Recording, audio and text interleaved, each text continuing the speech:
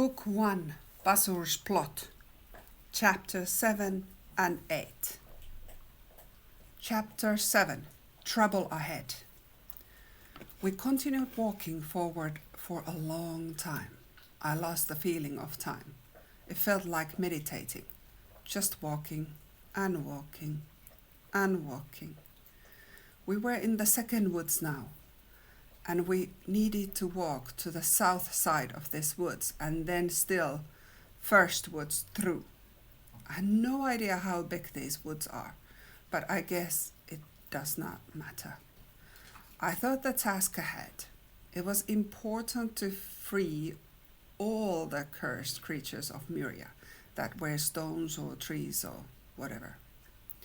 My task was to talk now first to SeaFarer, to see how to do that, how to do the uncursing. The assumption is that he would know how to reverse the curse since he was a white wizard. I feel that my current skills are not yet useful for this mission. I am super grateful for the skills and gifts I received from Fairy Queen and the halflings, but they don't really help to uncurse the creatures. How cool. I was able to do some magic. I felt grateful as I continued walking. Suddenly Tora stopped. I actually hit his back. He turned and he held his finger in front of his mouth and looked behind me to Tara. Faster than I could think. They had swapped their places so that Tara, black as night, was in front of me and Tora behind. I saw him putting on his cape and the light dimmed instantly. Tora's light, I mean.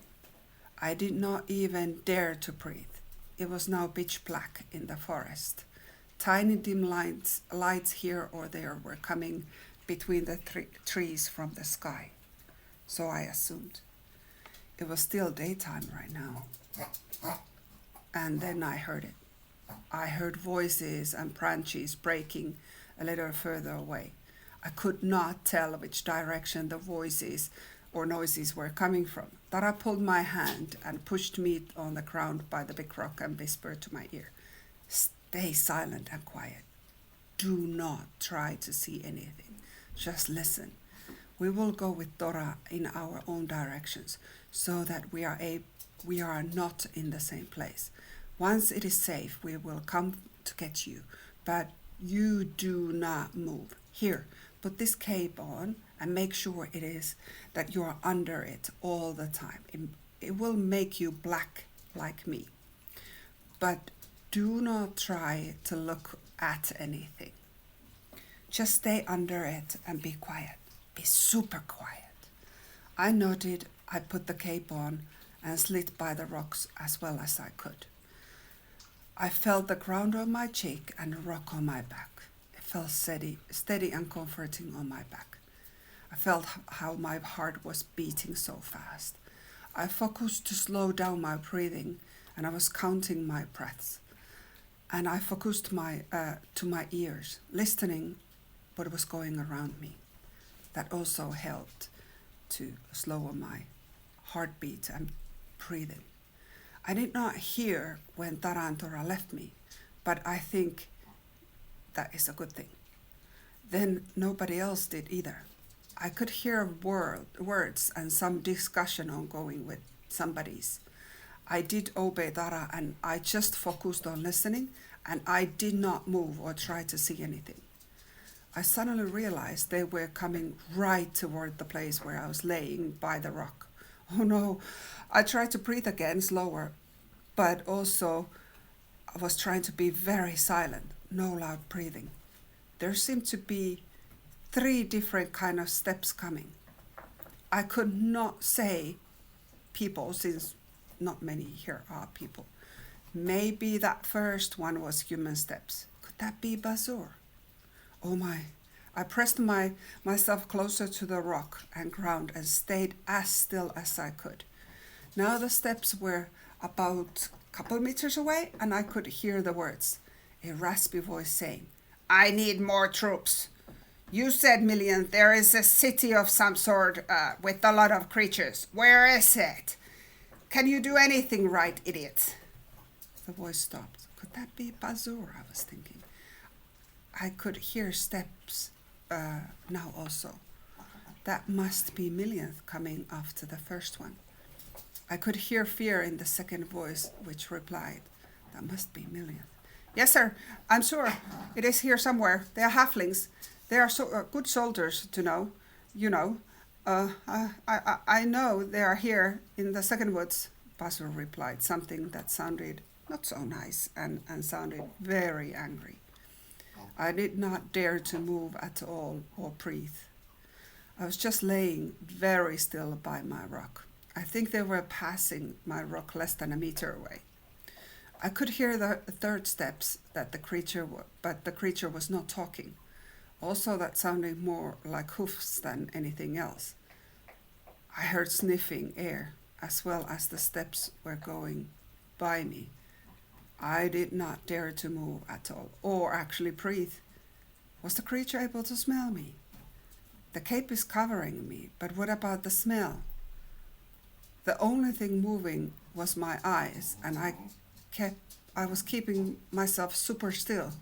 I could hear hoofs slowing down and more sniffing noises near me. I thought this was it. This is it. The creature was smelling me.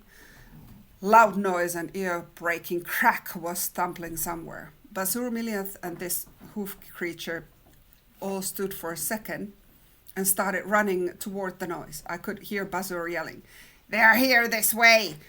And I was super grateful and I let out of breath, but without making any noise. I felt my hand touch like someone was looking for something, and then I heard very quiet whisper, "It's me, Tora. Get up. We need to move you right away. Capritaurs smelled you. He can come back to find you." I got up without saying a word. He corrected my cape so that it was the right way up, and the hood was on my back of my head. And I could see something now. And he whispered, "Keep your head down low so your face is not showing. And we must go fast. Here, hold on to this rope and do not talk. Just walk." I nodded and lowered my head. Tora started walk really fast. He did only a minimal path for us and was doing the magic behind us. So it was fast and slow way forward at the same time. Branches were hitting me, but I did not make any noise. He took me to what looked like sole abandoned mushroom in a very deep forest and said, "Go in here.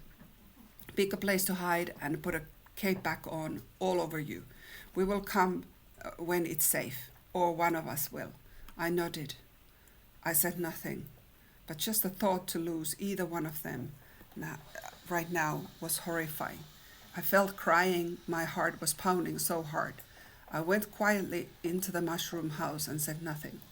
I must be quiet now, I told myself, and opened the door quietly. I stepped into the abandoned mushroom house. If the situation would be different, this would have looked super lovely and cozy. It was a little dusty, so it was abandoned some time ago. I guess since Bazur's mission had started with these new skills. I looked around and tried to find place to hide under my cape. It cannot be anything too obvious. I settled to go under the table by the window. There were better places to go, like under the bed and a big cupboard, but those were too obvious. So I went under the simple four-legged table and moved the cape to cover my face again and leaned to the mushroom wall under the table. The wall felt spongy on my back, almost like mattress. I took a good position that I could keep for a long time and started to wait. Chapter 8. Tora Goes find Tara. I'm Tora, one of the twins here in Myria. My twin is Tara. Actually, we are not twins in earthly way, born in the same womb, but in another way, being soul twins. I'm light. I'm light as day, and she's dark as night. The amazing thing here in Myria, when being soul twins, is that we can communicate directly to each other's mind with a connection that nobody else can hear. I think that is why Elderberg chose both of us to accompany Sarah. I just left Sarah at the mushroom cottage. She will be safe there. Mushrooms have scent that should cover Sarah's human scent from Capritaurs. Now I need to go help Tara. I hope she's keeping it together. She did the diversion when Capritaurs was smelling Sarah and putting herself in the line. I need to hurry back. Tara! I yelled in my head, messaging Tara. Where are you? Where do you need me to come? I heard nothing back. Oh my. I kept going silently toward the area I knew Tara was doing the diversion, and kept calling her inside my head. So not aloud, obviously. I wonder if she blasted herself out of it too? Tara had used one of her blast bombs to attract Bazur and others. When I was taking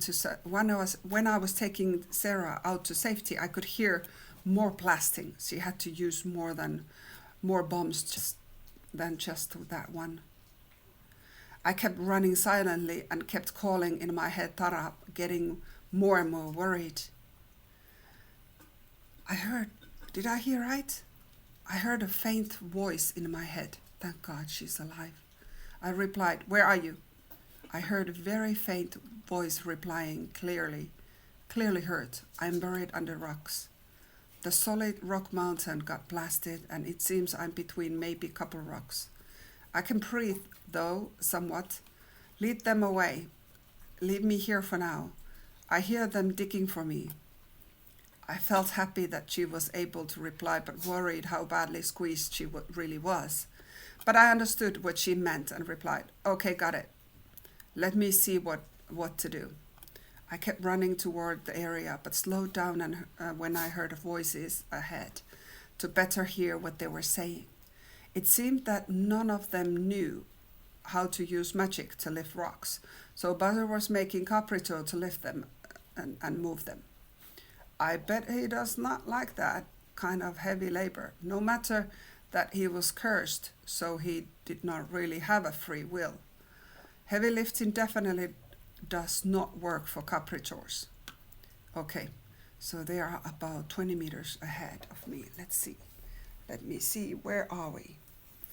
The big rock is on my left. Behind, we have that deep lake with the crystal clear water. That's not going to work for the diversion, since water is crystal clear. On the right, we have swamp. Yes, that will work. Tora ran quickly right toward the swamp and lit up Earth's firecracker things he had brought with him from Earth, just in case they would be useful. He had modified them so that they had a long fuse. He kept putting them safely to the ground so that they would not hurt the forest too much, but make a noise and hopefully lead Bazur and the group away from Tara toward the swamp. He kept setting up firecrackers and igniting them all the way to the swamp. Tora did know some magic, and one of them was really handy now. He could make himself very light so that he could walk on top of the swamp without him sinking into the swamp. He kept doing and going deeper into the swamp and putting those firecrackers. Swamp creatures lived here. He whispered warning to them to get away and hide better, since Bazur was on his way. He saw a couple swift movements in the corner of his eye, and then nothing. He knew they had heard him and just disappeared. Swamp creatures had tunnels and connections between swamps, so they could easily move to other area. That made this violence to their swamp little less worrying. Boom! Okay, so the first one is now lit, Tora thought. Let me fix my cape well and just keep my face facing down so the hood covers my bright face.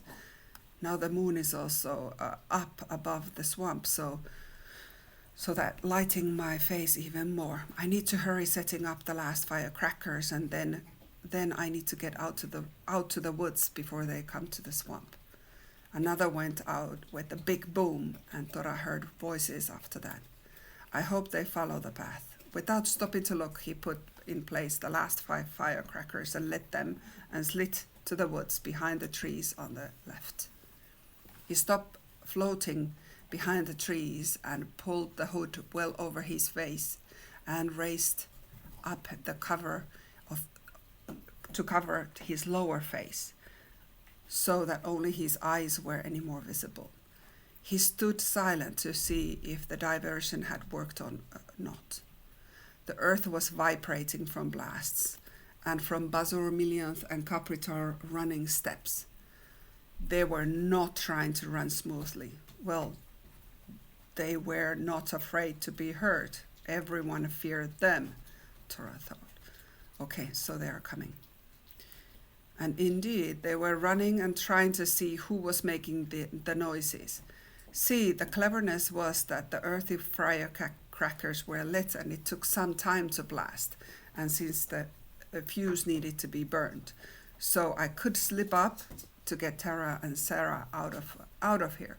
For sure, Bazur had not left Myria for a long time, so he was not aware of these earthy plasters.